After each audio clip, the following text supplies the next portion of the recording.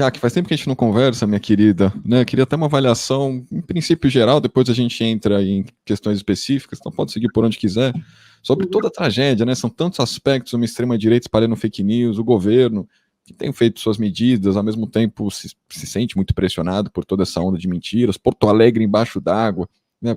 Gestão da prefeitura sucateando sistemas de proteção, o departamento de águas e esgotos, que cuida da manutenção de sistemas de prevenção contra enchentes de Porto Alegre, tantos fatos, Jaque.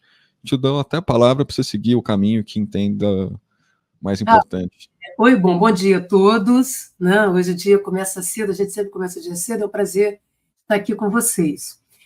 A situação, a dramaticidade, né, que Porto Alegre vive, que a população de Porto Alegre e de todo o Rio Grande do Sul vive, me toca pessoalmente, como toca a todos nós brasileiros, mas para mim em especial, porque eu nasci e me criei com enchentes.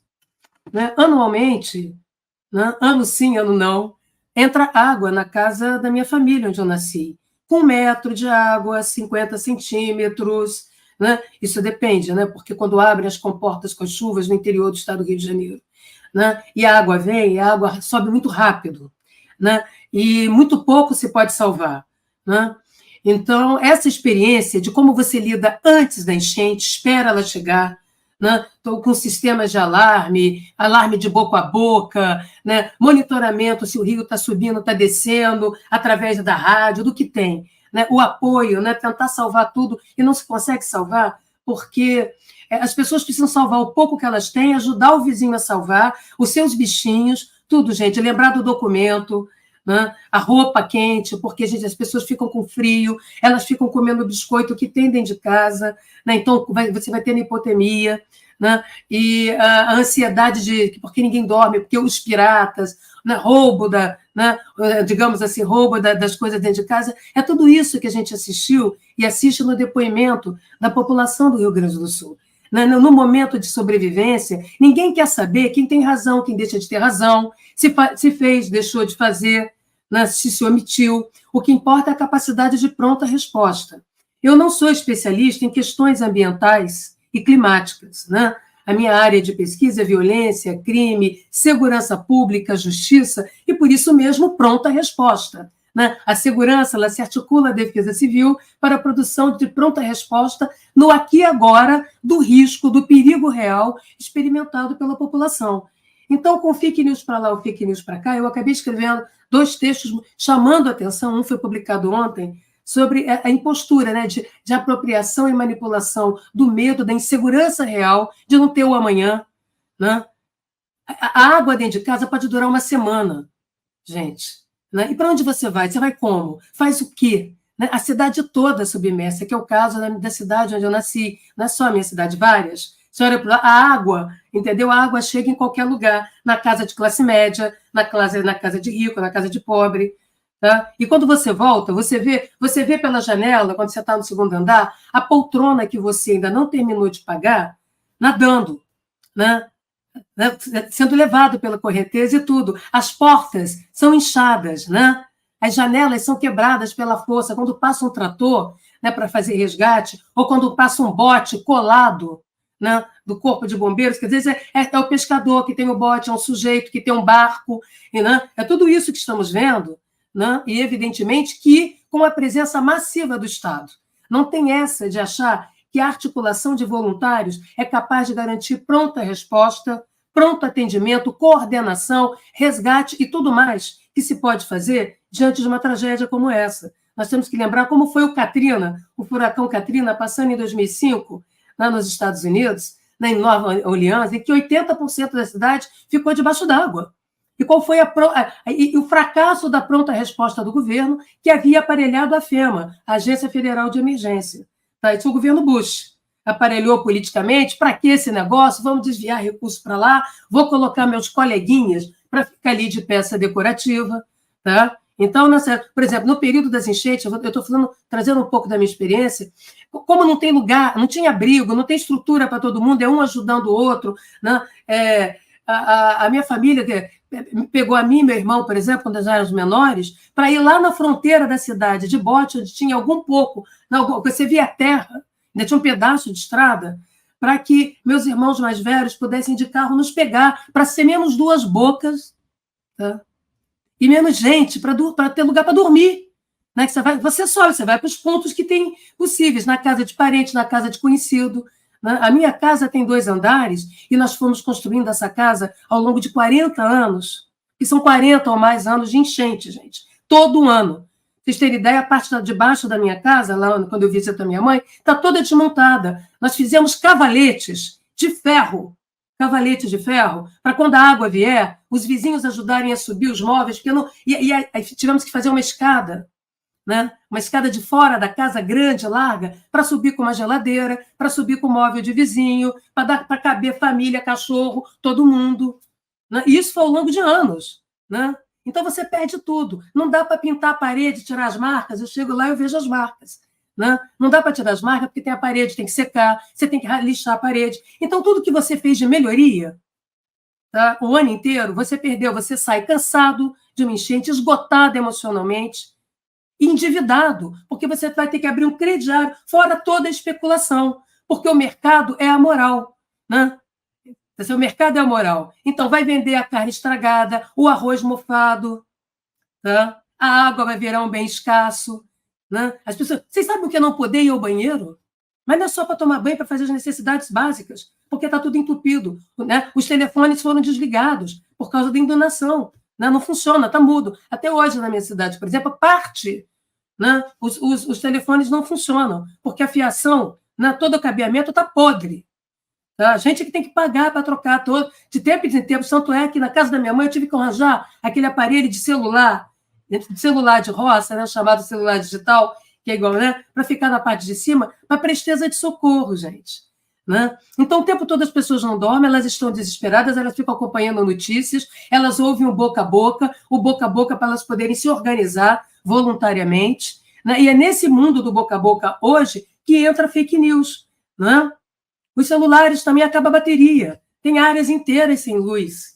Né? E essa experimentação da solidão, eu vou dar um exemplo para vocês. Quando foi há 2 dias atrás, a minha mãe, né, me ligou, 11h30 da noite, assim, eu estava fazendo outra coisa, eu estava chegando de... Aliás, ontem, né, eu estava chegando de um evento na universidade à noite, e eu liguei para ela de volta. Ela estava assustada. Né?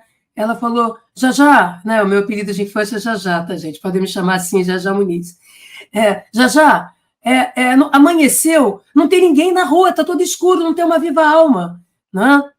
Aí eu olhei e falei, mamãe, né, ela tinha cochilado e tal. Eu liguei, mamãe, ainda são 11h30 da noite, a senhora pode ter cochilado. Por quê? Porque ela acompanha tudo nos jornais, a experiência dela de salvar, de não querer sair da sua casa. Né? Os bombeiros passam ali, a polícia militar passa de bote, olha para o segundo andar, ela está exilada lá em cima do segundo andar com o que ela tem com outras pessoas, porque ela não quer largar a casa dela, que é a história de vida dela. Né? A ideia de que ela melhorou de vida e adquiriu dignidade está ali. Né? Então, quando ela vê aquela mulher no Rio Grande do Sul dizendo sou eu e Deus, ela está vendo ela. Então, ela ressentiu, digamos assim, tudo que se experimenta anualmente na enchente. Ela tentando chamar pessoas, gente, é menos de 5 minutos uma água sair de 10 centímetros no chão da sua casa para 1 metro, para meio metro, vocês não têm ideia. Sobretudo porque as comportas vão abrindo e não adianta, parou de chover na cidade onde eu estou. O problema é antes, entendeu? Na cabeceira, né? Onde a água represa e depois abre, o rio passa, né? O lago passa. Mas, né? Então é essa experimentação de desespero das pessoas, né, de ver tudo que elas acumularam sendo destruído, delas terem que se virar, delas saberem que vão sair adoecidas. Quando a água baixa, a cidade é um verdadeiro escombro, são montanhas de móveis, de lixo, né, de lixo acumulado, né, doenças a que você está exposto, e você tem que pagar pela vacina, porque o que tem é privado. Né, você tem que pagar o remédio. Não é? Essa experimentação no interior, isso acontece regularmente no estado do Rio de Janeiro, no noroeste fluminense, fronteira com Minas Gerais, fronteira com o Espírito Santo. No Rio de Janeiro, as enchentes, né, as tragédias, elas fazem um revezamento. Né? Começam no norte, depois elas vão para a área da Serra, aí vem para a região metropolitana e vai para o sul, na região de Paraty. Né? É cíclica, nesse sentido, né? É o revezamento que todo governante sabe. né? Então, não se é responsável pelos 300 milímetros de água que caiu, mas se é responsável por não se ter previsto o sistema de pronta resposta, por não se ter antecipado e não ter capacidade de reação. Então, o que eu estou contando para vocês é que essa cidade inteira de 40 mil habitantes, e ela e as outras cidades do entorno, meio que vieram se virando sozinha. Olha a importância do Estado, né? Olha a importância do Estado. Só o Estado é capaz de produzir pronta resposta, de garantir socorro, resgate, né? E quem é que vai fazer isso no primeiro momento? Né? Então, a mim, gente, eu estou falando com sinceridade, eu fiquei indignada, né? Não só como pesquisadora, como cientista dessa área, não da área climática, mas da área da pronta resposta, da segurança, da defesa civil, né? Mas da desumanidade, né? Da pessoa, das celebridades de tragédia. A crítica, né? Fazer crítica. Olha ali, deixou de fazer, mudou a lei. Não é isso que importa agora, isso não vai fazer a menor diferença. O Guaíba não vai descer 5 centímetros, e 5 centímetros faz muita diferença. Quando desce 3 centímetros, tá? A gente monitora, por exemplo, aqui no INEA, né, a gente monitora o rio, e subiu, chegou a 5 metros e poucos, por exemplo, o rio na minha cidade, tinha que descer 2 metros, né, entendeu? Para a água lá de casa ir embora, tinha que descer 1,5 metro. Tá? Para começar o trabalho de limpeza, onde você vê bichos mortos, bichos vivos, tá? Cobra se esconde, um bando de coisa, todo mundo, né? Os bichos também querem viver. Tá? A água, tudo cheio de esgoto, a geladeira agarrada no teto, tá?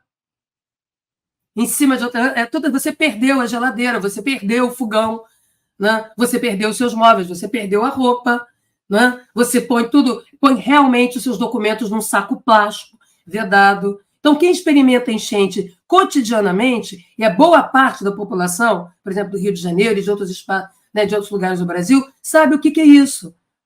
Né? Sabe o que é fazer dívida, sabe o que é ser especulado. E mais, você quando baixa tudo, você vai ver o colchonete que chegou está sendo vendido. Está lá com marca governo brasileiro. Tá? As doações, né, viram um verdadeiro mercado dos persas se você não tiver uma articulação. Não é? Então, o que nós estamos vendo no Rio Grande do Sul, agora vamos voltar para a questão concreta e real, né, é a presença massiva do Estado. Né? Não adianta brincar de que o Estado não faz nada, entendeu? Que o que importa é cada um de nós. Né? Porque até os voluntários, para poder se sustentarem no tempo, para poder fazer valer o seu trabalho, precisa de infraestrutura, precisa do navio que chega, precisa dos barcos do Corpo de Bombeiros, precisa de equipes que saibam atuar na emergência e fazer pronta resposta. É disso que se trata. Porque tempo para crítica substantiva, que não seja de fake news, tempo para aferir responsabilidade do passado, do presente e do futuro, nós teremos. Inclusive avaliando a capacidade do Estado de reagir. E é reagir nisso. Resgate, né? Você tem que reduzir os danos, resgate, tirar as pessoas, saber onde colocar as pessoas, aquelas que não podem sair ou não querem sair ou que se veem seguras em suas casas. Você tem que continuar fazendo ronda, patrulhamento na água. Tá certo?